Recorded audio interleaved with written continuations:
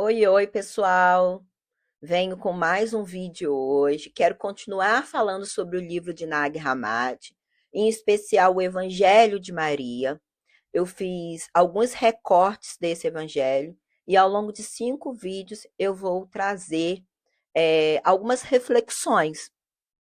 E hoje eu quero falar em especial sobre o adultério.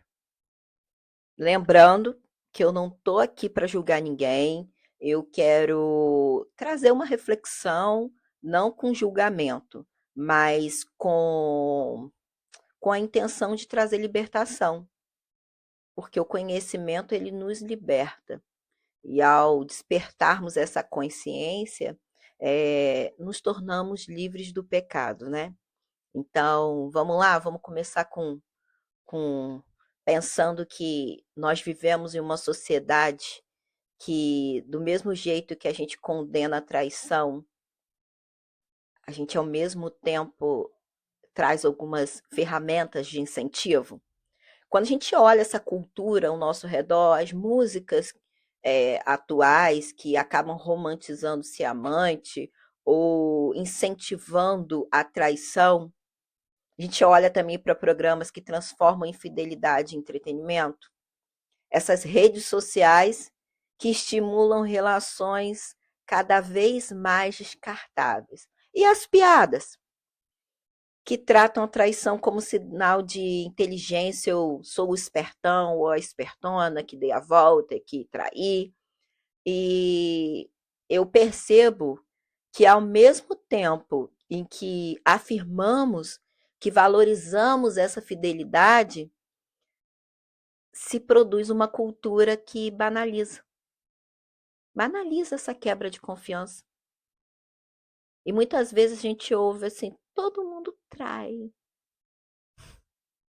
E a partir daí, esse evangelho de Maria me trouxe um despertar muito grande, porque Pedro pergunta a Jesus: qual é o pecado do mundo? A resposta de Jesus foi surpreendente para mim quando ele afirmou: não há pecado, mas és tu quem comete o pecado quando fazes as coisas que estão na natureza do adultério.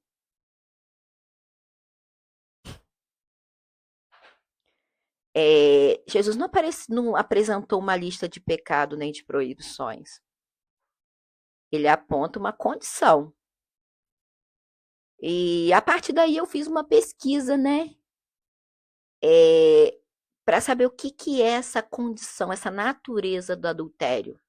Diante dessa vida, diante dessa ruptura daquilo que a gente tem como adultério, né? Do que é verdadeiro. E aí, o que é essa natureza do adultério? Quando a gente pensa na palavra adultério, a gente normalmente associa isso a relacionamentos conjugais, né? A infidelidade sexual. Mas o próprio sentido da palavra, ele é mais amplo. E adultério, ele vai envolver essa quebra de aliança. Não é à toa que o símbolo do casamento é a aliança. Essa quebra de confiança, essa quebra de compromisso, traição daquilo que foi prometido. Você rompeu com a sua palavra.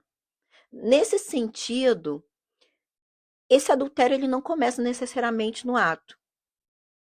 Ele vai começar quando a gente abandona a verdade. Quando a gente deixa de honrar com os compromissos que a gente fez com a nossa palavra. Quando a gente rompe essa confiança. Quando a gente transforma o outro em objeto. E acontece também quando a gente usa alguém para satisfazer os nossos desejos sexuais ou pessoais, sem responsabilidade pelas suas consequências. Cadê a responsabilidade afetiva? E aí, nos evangelhos canônicos, nós encontramos algo muito semelhante. Em Mateus, Jesus ele afirma: onde estiver o tesouro, teu tesouro, onde estiver o teu tesouro, aí estará também o teu coração. E em outro momento, Jesus diz também: todo aquele que olhar para uma mulher com intenção impura, já adulterou com ela em seu coração. Aí eu quero falar que muito antes do Evangelho de Maria, eu já tinha uma grande reflexão feita por mim mesma em relação ao adultério. E eu acho que se fosse algo tão comum, tão normal, Judas não teria traído Jesus. E essa traição levou uma consequência, a crucificação. A traição de Davi com Batseba, que levou à morte da criança. E aí, mais uma vez, a questão ela não está apenas no ato externo, está na disposição interior, na intenção. Nessa relação que a gente estabelece com o outro. E aí, talvez, por isso que essa reflexão foi tão atual para mim. Porque a gente vem de uma cultura que frequentemente normaliza essa natureza do adultério. E aí a gente não está falando só de traição conjugal, mas essa traição de vínculos, a traição da palavra dada, a traição da confiança quebrada,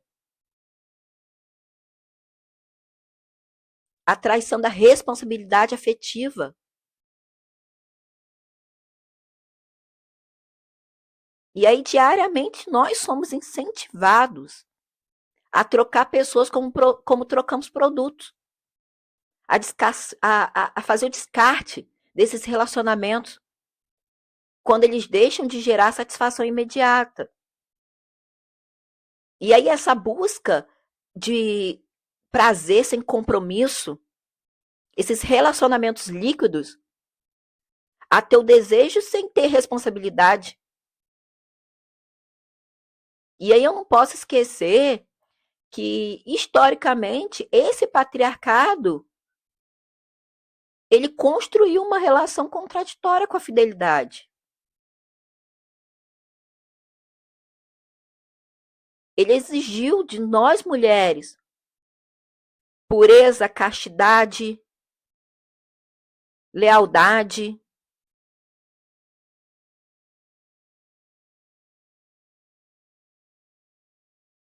E não era tolerado essa infidelidade pela mulher, enquanto com o homem eles celebravam a infidelidade masculina como forte, viris, conquistador. E a mulher, pecadora, desculpa a palavra, puta, piranha, vagabunda. E aí essa diferença, ela me mostra o quê? Que a questão nunca foi apenas moral. Também era uma questão de poder. O homem, esse adultério, era muitas vezes relativizado. Ai, imaturo. Ai, todo homem trai. A mulher, severamente punida.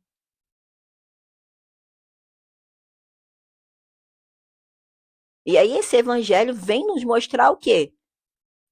Que a natureza desse adultério ele vai muito além do casamento. Ele aparece toda vez que nós rompemos com a verdade. Sempre que a gente usa alguém. Sempre que negamos nossa responsabilidade pelo outro. Quando você nega a responsabilidade pelos seus filhos. Quem nunca ouviu falar? Ai, fica com ele tem dinheiro. Traição também é isso, é quando a gente transforma relações em instrumentos de interesse próprio, de interesse pessoal.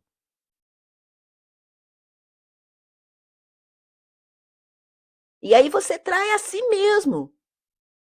Quando você entra em sacrifício, quando você sacrifica os seus anseios em detrimento dos outros.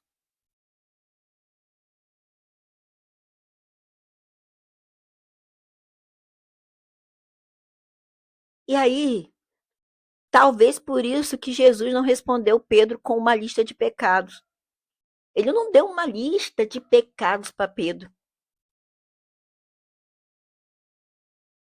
Porque o problema não é apenas o comportamento, mas a consciência que sustenta esse comportamento.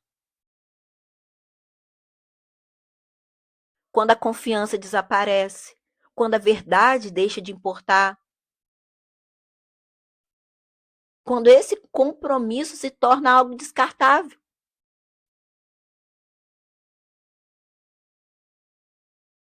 Quando a gente trai a nós mesmos e o nosso corpo que é templo do espírito, para viver vínculos por interesse financeiro.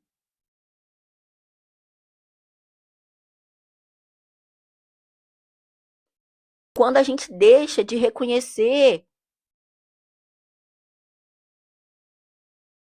o outro como alguém digno de cuidado. E aí a gente pensa nessa questão do que esse Evangelho de Maria chama de natureza do adultério. E aí a pergunta central, mais importante, não vai ser quem traiu, mas para mim é que tipo de sociedade nós estamos construindo, que tipo de sociedade nós estamos construindo quando a traição se torna algo normal. Porque quando a gente traz uma cultura que banaliza essa quebra de confiança, ela não vai destruir apenas casamentos. Ela vai enfraquecer amizades, vai enfraquecer famílias, comunidades, instituições.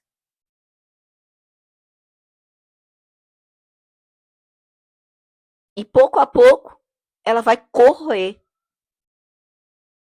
a própria capacidade humana de construir vínculos verdadeiros.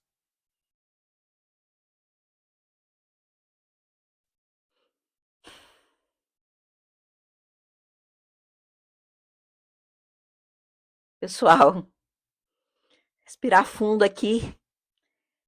Finalizo esse vídeo. Vou pedir para vocês se inscreverem aí, curtirem, e eu vou gostar muito de ter o comentário de vocês em relação a esse vídeo.